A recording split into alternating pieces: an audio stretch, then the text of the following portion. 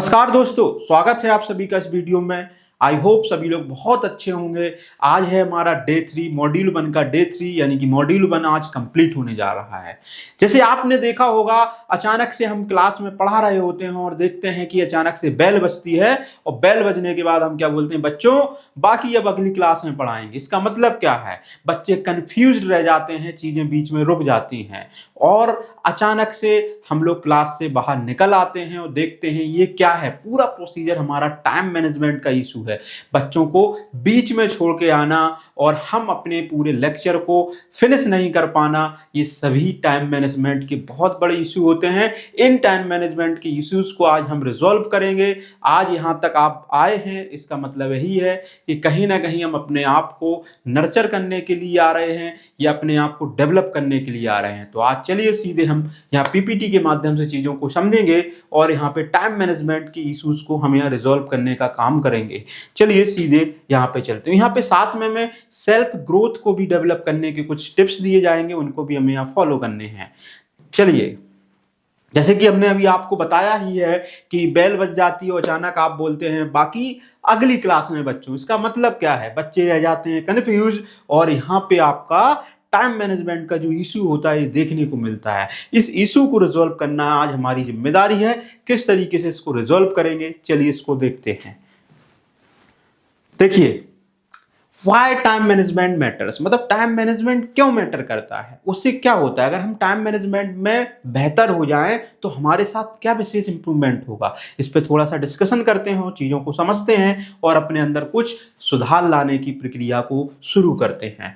देखिए, यहाँ पे सबसे पहले हम यहाँ पे स्लाइड को पूरा फिक्स कर लेते हैं। स्लाइड फिक्स करने के बाद हम यहाँ पे चीज़ों को समझते हैं। जैसे कि यहाँ पे बताया गया है वाई टाइम मैनेजमेंट मैटर्स, मतलब टाइम मैनेजमेंट क्यों बहुत ज़्यादा जरूरी होता है। देखिए, टाइम मैनेजमेंट अच्छा होता है तो हमारा स्मूथ लेसन फ्लो होता है, यानी कि हम पूरी क्लास के दौरान बहुत ही आसानी से पढ़ा सकते हैं। इसके बारे में भी डिस्कशन होगा, है ना।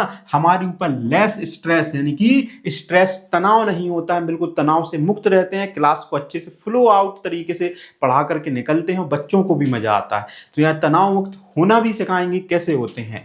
बेटर क्लियरिटी, बच्चों के अंदर एक बेहतरीन क्लियरिटी निकल के आती है कि सर ने ये पढ़ाया और इसका ये मतलब निकल के आ रहा है, और आप भी कॉन्फिडेंट रहते हैं कि हमने चीज़ों को सही से डिलीवर्ड किया।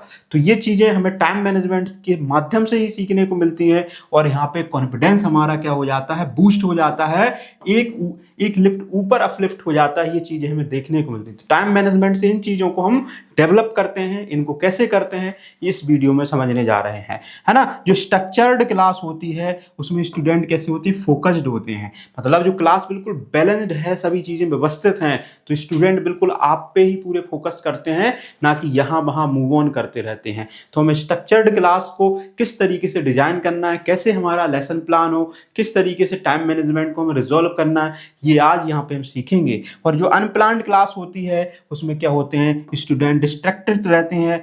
आपके लेक्चर के दौरान भी आपने देखा होगा कुछ बच्चे आपस में बातचीत कर रहे हैं, कुछ खिड़की को देख रहे हैं, कुछ दरवाजे को देख रहे हैं। क्या मतलब है, इसका मतलब यही है कि आप अनप्लान्ड हैं, चीज़ें बच्चों के अंदर क्यूरियोसिटी नहीं जगा पा रहे हैं। अगर ये सभी चीज़ें हो रही हैं तो वाकई में आपको यहाँ पे अपने आप को ग्रो करने की ज़रूरत है। उस ग्रोथ को आज यहाँ पे बहुत अच्छे तरीके से समझने जा रहे हैं। तो बढ़ते हैं आगे और हम अपनी चीज़ों को समझने की कोशिश करते हैं। देखिए, यहाँ पे हमें कुछ चीज़ें समझनी होगी। सबसे पहले हमारे जो टीचर्स होते हैं उनकी कुछ स्ट्रगल्स होते हैं, जो हम लोगों के जो स्ट्रगल्स होते हैं वो क्या होते हैं वो हमें समझना है। पहले अपनी कमियों को समझना होगा, उसके बाद ही हम उसमें सुधार कर पाएंगे। तो उन कमियों को सुधार करने के लिए सबसे पहले हमें देखना होता है कि हम एक सबसे बड़ी कमी करते हैं, कोई भी क्लास में एंटर करने से पहले लास्ट मिनट प्रिपरेशन करते हैं। भाई क्लास में आज क्या पढ़ाना है, हम फिल्टर कर रहे होते हैं बुक्स को देख करके। तो ये लास्ट मिनट प्रिपरेशन क्या होती है, हमें कमजोर करती है। तो इस प्रिपरेशन से हमें बचना होगा, पहली बात। दूसरी, टॉपिक जो है हमारा पूर्ण रूप से कंप्लीट नहीं है, हम तो उसको किस तरीके से एक्सप्लेन करें। क्योंकि देखिए, जब भी आप न्यू एजुकेशन पॉलिसी या कोई भी इंडियन एजुकेशन पॉलिसी पढ़ेंगे तो इसको TLM यानी कि टीचिंग लर्निंग मटेरियल एक कॉन्सेप्ट होता है। मतलब में कि कोई भी चीज़ों को पढ़ाने के लिए दो तरीके होते हैं, हमें कुछ मटेरियल्स को यूज करना होता है और दूसरी चीज होती है, जो टीचर होता है पहले खुद सीखता है फिर सिखाता है, तो टीचिंग लर्निंग प्रोसेस भी होता है ना, टीएलपी भी बोलते हैं। तो हमें पहले सीखना होता है फिर सिखाना होता है। अगर हमारा टॉपिक क्या होता है, अनकम्प्लीटेड है, तो हम अच्छे से नहीं सिखा पाते हैं। तीसरी चीज है, हम कभी कभी क्लास में टॉपिक से हट करके दूसरे डायरेक्शन में चले जाते हैं, कुछ अलग अलग बातों पे हम डिस्कशन करने लग जाते हैं, जिससे हमारा क्या होता है, जो टॉपिक होता है वो छूट जाता है। तो हम एक्स्ट्रा टॉक यानी कि बहुत ज़्यादा बातचीत करके मेन मुद्दे से भटक जाते हैं।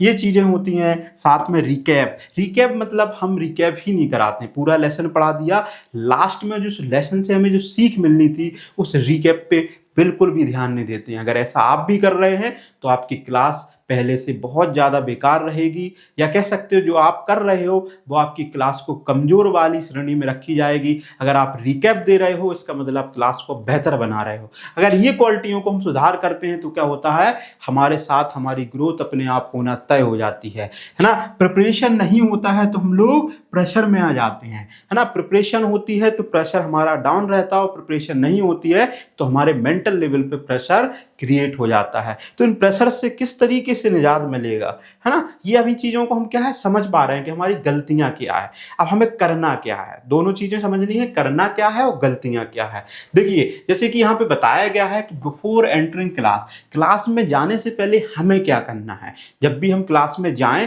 तो यहाँ से चीजों को हमें सीखना है। क्लास में जाने से पहले हमें क्या करना है, सबसे पहले अपने आप से पूछना है ना, आस्क योरसेल्फ। सबसे पहले अपने आप से पूछना है, क्या पूछना है, ये आपको 2-3 सवाल दिए गए हैं, इन 3 सवालों को आपको अपने आप से पूछना है।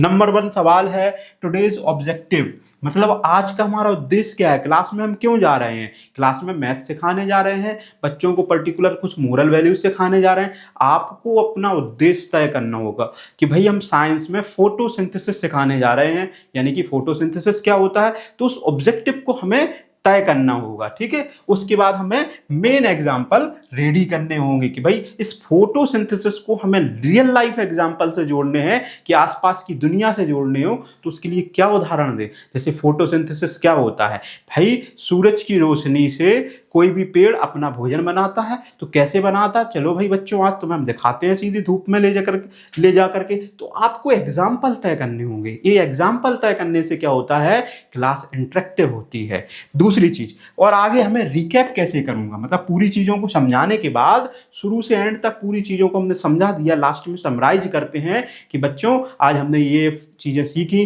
फोटोसिंथेसिस कैसे होता है, कोई भी पेड़ अपना ऑक्सीजन किस तरीके से लेकर के कैसे भोजन तैयार करता है, ये सभी चीजों को हम क्या करते हैं, रिकैप करते हैं। तो इन 3 ऑब्जेक्टिव्स यानी कि 3 चीजों को हमें पहले से प्री प्लान करना होता है माइंड में, तब जाकर के हम क्लास में एंटर करेंगे। तो इन 3 चीजों को हमें अपने माइंड में फिक्स करना होता है ना। तो क्लियर हमारा ऑब्जेक्टिव होता है तो हमारी टीचिंग कैसी हो जाती है, क्लियर हो जाती है और बेस्ट निकल के आती है। अगर हम लोगों के पास कोई ऑब्जेक्टिव यानी कि उद्देश्य ही नहीं है तो हमारी टीचिंग क्या रहेगी, रैंडम रहेगी। रैंडम मतलब उसका कोई बहुत ज्यादा इंपैक्ट नहीं रहने वाला है। बच्चे आएंगे, किताबें खोलेंगे, पढ़ेंगे और घर चले जाएंगे और आप भी अपने घर आ जाएंगे। आपको अपने आप को इंप्रूव करना है। आप टीचर हैं, हो सकता है प्राइवेट स्कूल में पैसे कम मिल रहे हो, लेकिन आप अपने आप को इंप्रूव करोगे। धीरे धीरे जैसे ही आपकी ग्रोथ होगी आपको अच्छे स्कूल भी ऑफर करेंगे और कल के दिन जाकर के आप बेहतर टीचर भी बन सकते हैं। तो ये चीज़ें हमें खुद से ही इंप्लीमेंट करनी होती हैं अपने आप को बेटर करने के लिए। यहाँ तक चीज़ें क्लियर हुई होंगी। अच्छा, इस स्लाइड में हमें कुछ विशेष चीज़ों को सीखने की ज़रूरत है। जैसे कि यहाँ पे बताया गया है कि भाई हमें 40 मिनट को किस तरीके से तोड़ना, उन 40 मिनट्स को हमें किस तरीके से तोड़ना जो हमें हर बार एक लेक्चर देने के लिए मिलता है, पीरियड में हमें एंटर करने की मिलती है। जब भी आपने देखा होगा किसी स्कूल में हम पढ़ा रहे होते हैं तो हमें पूरा एक प्लान मिल जाता है, सर आपकी 6 क्लासेस रहेंगी, हर क्लास का पीरियड 40 मिनट का रहेगा और इतनी इतनी क्लासों में आपको जाना है। तो वो हर 40 मिनट में आप किस तरीके से पढ़ाओगे, इसका भी हमें एक प्लान तैयार करना होता है। तो यहाँ पे उन प्लान को समझेंगे किस तरीके से। सबसे पहले हमें इंट्रो देना होता है। क्या देना होता है, इंट्रो होना चाहिए हमारा कितना, 5 मिनट का इंट्रो होना चाहिए। ध्यान रखना है इंट्रो कितने मिनट का होना चाहिए, 5 मिनट का होना चाहिए। अब इंट्रो में क्या करें, जो क्रियोसिटी होती है उसको जगाना होता है। क्रियोसिटी कैसे, तो बच्चों को सबसे पहले हम क्या करते हैं, विशेष करते हैं, good morning students, I hope सभी लोग बहुत अच्छे होंगे। अच्छा बच्चों, एक सवाल पूछे हम आपसे, सीधे सवाल पूछे बच्चे अगर पेड़ खाना नहीं खाते तो वो जिंदा कैसे रहते हैं, है ना। बच्चों के दिमाग में ऐसी क्रिएटिविटी वाले कुछ क्वेश्चंस डाल देना क्रियोसिटी जगाने के लिए। बच्चों से सबसे पहले हम क्या करें, एक सवाल पूछें, उनसे सवाल पूछने से उनके दिमाग में क्रियोसिटी जगाएं। क्रियोसिटी में जैसे हमने एक टॉपिक पढ़ाना है हमें, फोटोसिंथेसिस क्या होता है, तो हमने बच्चों से सबसे पहले भाई गुड मॉर्निंग विश किया और बच्चों से सीधा हमने एक टॉपिक के लिए क्रियोसिटी जगाने के लिए एक सवाल पूछ लिया। बच्चों अच्छा एक बात बताइए मुझे, कि ये बताइए जो पेड़ होते हैं बगैर खाना खाए हुए जिंदा कैसे रह लेते हैं। अब बच्चे सोचेंगे भाई ये बात तो सही बोल रहे हैं सर, पेड़ों को हम ना खाना देने जाते हैं ना कुछ देने जाते हैं, वो जिंदा कैसे रह लेते हैं। तो भाई बच्चों से सवाल करेंगे, अब सवाल उनके दिमाग में क्रियोसिटी जाग गई, क्रियोसिटी जाग गई, अब क्या होंगे बच्चे जवाब देंगे, अलग अलग जवाब देंगे। उसके बाद हम क्या करते हैं, बोर्ड पे सीधे टॉपिक लिखते हैं, photosynthesis. Today we are understanding photosynthesis. आज हम फोटोसिंथेसिस सीखेंगे, यानी कि पेड़ किस तरीके से खाना बनाते हैं, पेड़ों को खाना कौन देता है, ये सब चीजें आज हम सीखेंगे। बच्चों को भाई इंटरेस्ट डेवलप हो गया। अगले 25 मिनट तक क्या रहने जा रहे हैं, वो एंगेजिंग रहने जा रहे हैं, और यहाँ पे अपनी कोर टीचिंग का आपको बेस्ट देना है। तो ये 25 मिनट इस तरीके से, जब 25 मिनट आप दे लेते हो उसके बाद आपको 5 मिनट उनसे क्वेश्चनिंग करना है। पूछ सकते हैं बच्चों, अच्छा बताइए फोटोसिंथेसिस क्या होता है, एक क्वेश्चन पूछ लिए। अच्छा ये बताइए ऑक्सीजन क्या होता है, ऑक्सीजन का काम क्या होता है, इस तरीके से क्वेश्चन। और लास्ट में सब करने के बाद बच्चों की डाउट समझ लीजिए कि बच्चों को ये चीजें कम समझ में आई क्वेश्चनिंग में, उसके बाद हमने पूरे का क्या कर दिया, समराइजेशन कर दिया, रिकैप कर दिया। इस तरीके से पूरे 40 मिनट आपको अपने लेसन प्लान में बांटने होते हैं, जिससे आप क्या करते हैं, एक बेहतर एजुकेशन देने में अपने आप को रीडेवलप्ड करते हो और चीज़ों को बहुत अच्छे तरीके से अलाइन कर पाते हो। आई होप ये चीज़ समझ में आई होगी कि किस तरीके से हमें क्यूरियोसिटी जगानी है, फिर उसके बाद कोर टीचिंग में डेप्थ में जाना है, फिर बच्चों से क्वेश्चनिंग करना है, और उसके बाद फिर हमें उनको रिकैप भी कराना है। ये भी जिम्मेदारी हमारी ही होती है। यहाँ तक चीज़ें ध्यान रखनी है। अगर हमने रिकैप नहीं कराया तो बच्चे जो होते हैं आधी समझ में आते हैं, क्योंकि यहाँ क्वेश्चनिंग हो गई, कुछ तो क्वेश्चन डाउट में गए ही होंगे, तो उन क्वेश्चन को भी रिकैप में ही हम क्या करते हैं, समराइज करते हैं, पूरा लेक्चर को समराइज करते हैं। इस प्रोसेस को अगर आप फॉलो कर लोगे, किसी भी बड़े से बड़े इंटरव्यू में भी चले जाना, कोई भी टीचर या कोई भी पैनल आपको यहाँ पर रिजेक्ट नहीं कर सकता। एज अ टीचर अगर आप वहाँ पर रिप्रेजेंट कर रहे हो तो इस चीज को आपको विशेष रूप से ध्यान देना है और इसी को कोर टीचिंग का हिस्सा भी बनाना है। यहाँ तक चीजें क्लियर होनी चाहिए। उसके बाद चलते हैं आगे, कुछ और विशेष चीजों को समझने की कोशिश करते हैं, जिससे हमारा माइंड थोड़ा सा और डेवलप्ड हो। देखिए यहाँ पे दो तरीके से माइंड होते हैं। देखिए एक हंसता हुआ माइंड है ना, और एक थोड़ा सा उलझा हुआ माइंड है। दोनों माइंड की आप तस्वीर देख पा रहे हो। एक हंसता हुआ, देखिए यहाँ पे हंस रहा हुआ है माइंड, है ना, ये हंस रहा है, और इस तरीके से ये उलझा हुआ माइंड है, बिल्कुल परेशान है ना, आंखें टेढ़ी मेढ़ी दिख रही हैं, क्या है, ये थोड़ा सा उलझा हुआ माइंड है। इन दोनों चीजों को थोड़ा सा समझने की कोशिश करते हैं कि प्रिपरेशन वर्सेस पैनिक। अगर हम पहले से प्रिपेयर्ड होते हैं तो हम बिल्कुल हंसते रहते हैं, चीज़ों को हमें पहले से ही पता है कि बच्चे ये क्वेश्चंस कर सकते हैं, हमें क्या बताना है, तो हमें इन दोनों चीज़ों में थोड़ा सा डिफरेंस समझना। चलिए, जैसे प्रिपेयर्ड माइंड होता है तो वहाँ पे हम बिल्कुल हंसते रहते हैं और चीज़ों को अच्छे से एक्सप्लेन कर पाते हैं। तो प्रिपेयर्ड जो टीचर होता है वो कैसा रहता है, काम, यानी कि शांत रहता है। शांत का मतलब ये रहता है उसके अंदर उथल पुथल नहीं चल रही होती, चीज़ों को समझने की कोशिश करता है और सही से जवाब दे रहा होता है। और प्रिपेयर्ड टीचर के बाद दूसरी चीज ये होती है, कोई भी आंसर्स अगर कोई स्टूडेंट पूछते हैं तो कॉन्फिडेंटली उनके आंसर्स भी देता है। कॉन्फिडेंटली आंसर्स देने से क्या होते है, बच्चों को लगता है सर ने बहुत बेहतरीन तरीके से हमें पढ़ाया है। और जो हम अनप्रिपेयर्ड होते हैं, अगर हमें चीजें पता ही नहीं है, उलझे हुए हैं, तो हमारे साथ क्या होता है कि हम अगर अनप्रिपेयर्ड हैं तो यहाँ पे हमारा नर्वसनेस देखने को मिलती है, या कह सकते हो कि हम अपने आप में उलझे रह जाते हैं, हम अपने आप में डाउन फील करते हैं, चीज़ों में हम उलझ जाते हैं, या हो सकता है बच्चों को क्या कह देते हैं, हम बाद में बताएंगे। इस तरीके से चीज़ें होती हैं। अनप्रिपेयर्ड टीचर क्या होता है, टॉपिक चेंज कर देता है। अगर आप अनप्रिपेयर्ड हो, किसी बच्चे ने कोई क्वेश्चन किया, आप जवाब ही नहीं दे पा रहे हो, तो ऐसे में क्या हो रहा है कि आपने टॉपिक बदल दिया है। तो इन चीज़ों को ध्यान रखना है, हमें इस कैटेगरी से शिफ्ट होकर के यहाँ आना है, हमें अपने आप को प्रिपेयर्ड करना है जिससे क्या हो कि हम क्लास के दौरान शांत रहें। जब भी बच्चा कोई भी क्वेश्चन पूछे तो बच्चों को बहुत ही अच्छे से उनको आंसर देना है। तो बोल सकते हैं बच्चों, अच्छा आपने ये क्वेश्चन पूछा, बहुत ही अच्छा क्वेश्चन पूछा इस बच्चे ने, चलिए इसको हम समझते हैं। इस तरीके से उनको क्या करना, उत्साहित भी करना है। तो चीज़ों को हम क्या करते हैं, अच्छे से डेवलप करते हैं। अच्छा, कुछ चीज़ों को और ध्यान रखना है जो हमारी टीचिंग में बेटर इम्प्लीमेंट करने में मदद करती है। सबसे बड़ी चीज़ यहाँ पे होती है एनर्जी, क्योंकि हम देखते हैं कि भाई टीचर जो होते हैं उनके पास एनर्जी बहुत ज़्यादा होनी चाहिए। बहुत ज़्यादा एनर्जी से क्या होता है, क्लासरूम के दौरान खड़े होकर के पढ़ा रहे हैं, चीज़ों को बहुत मेहनत करके बोल करके पढ़ा रहे हैं, तो उनके लिए भी एनर्जी का भी तो पैकेट होना चाहिए उनके पास, जिससे आसानी से लंबे समय तक 6 लेक्चर ले रहे हैं, 5 लेक्चर ले रहे हैं, सभी में मेहनत करते हुए बेहतरीन तरीके से चीज़ों को कर पाएँ। तो यहाँ पे समझते हैं, देखिए हमें सबसे पहले प्रॉपर स्लीपिंग, यानी कि कम से कम हमें 8 आवर्स यानी कि 8 घंटे हमें सोना चाहिए।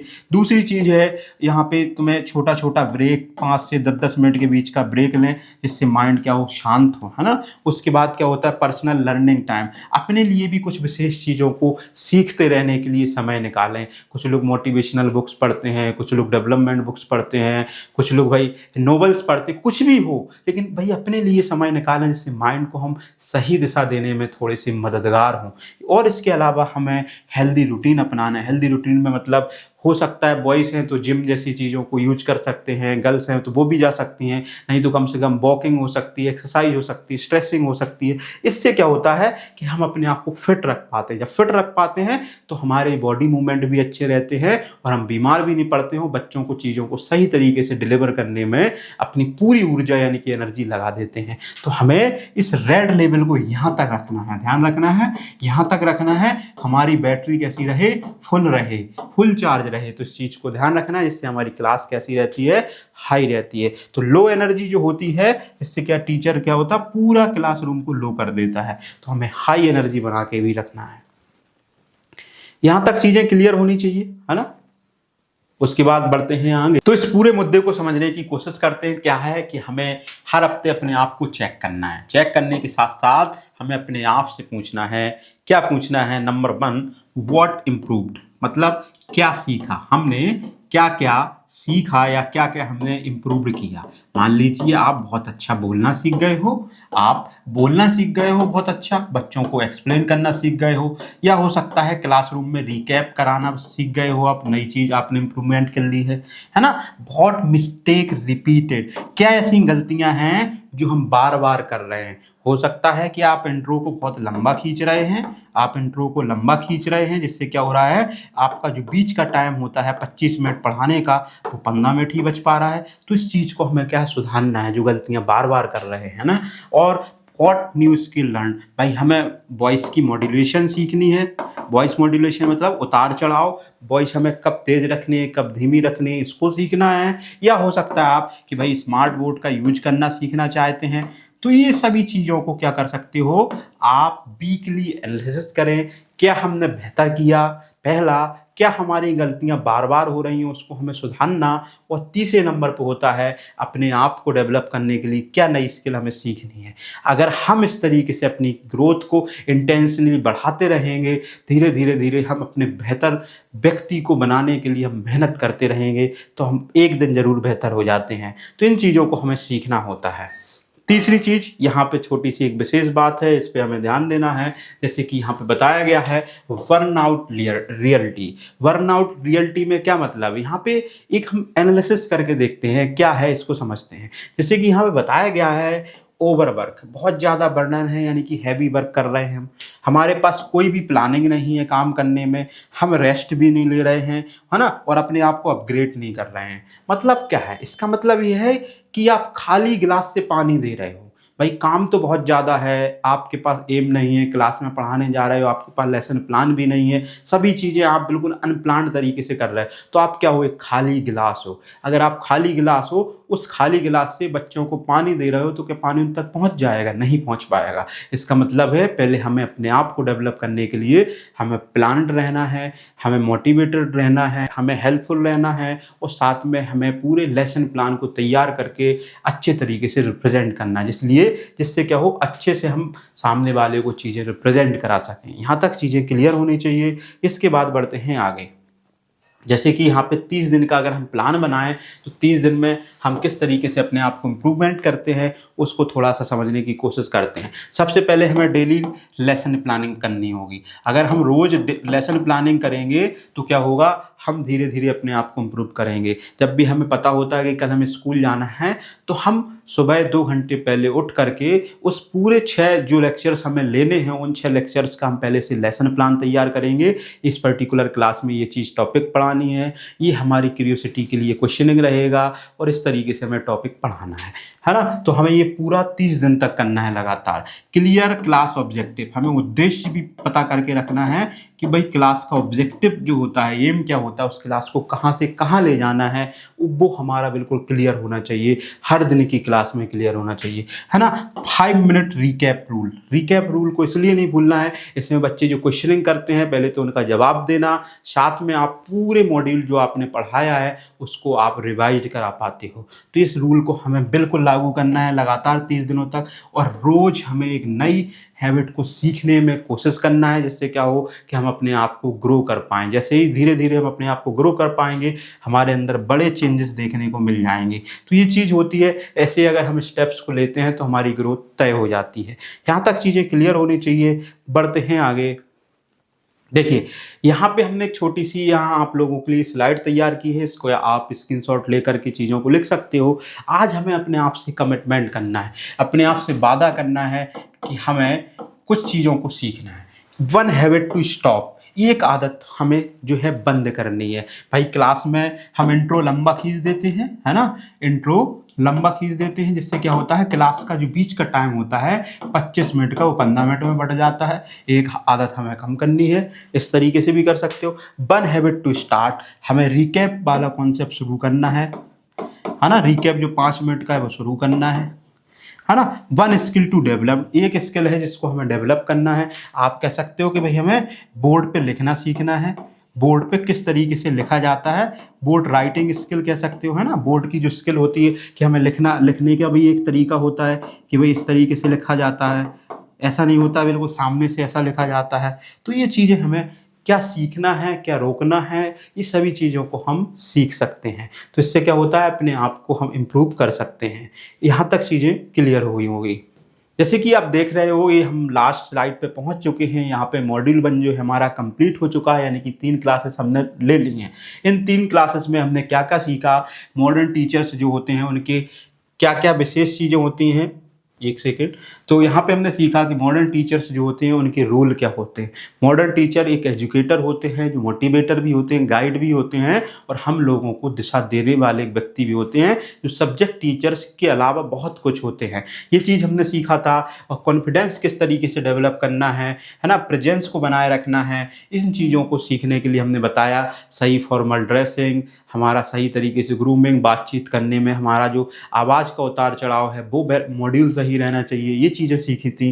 साथ में टाइम मैनेजमेंट और सेल्फ ग्रोथ, ये आज हमने यहाँ पे सीखी कि हमने 40 मिनट की पूरी क्लास में, है ना, उसको डिवाइड कर लिया।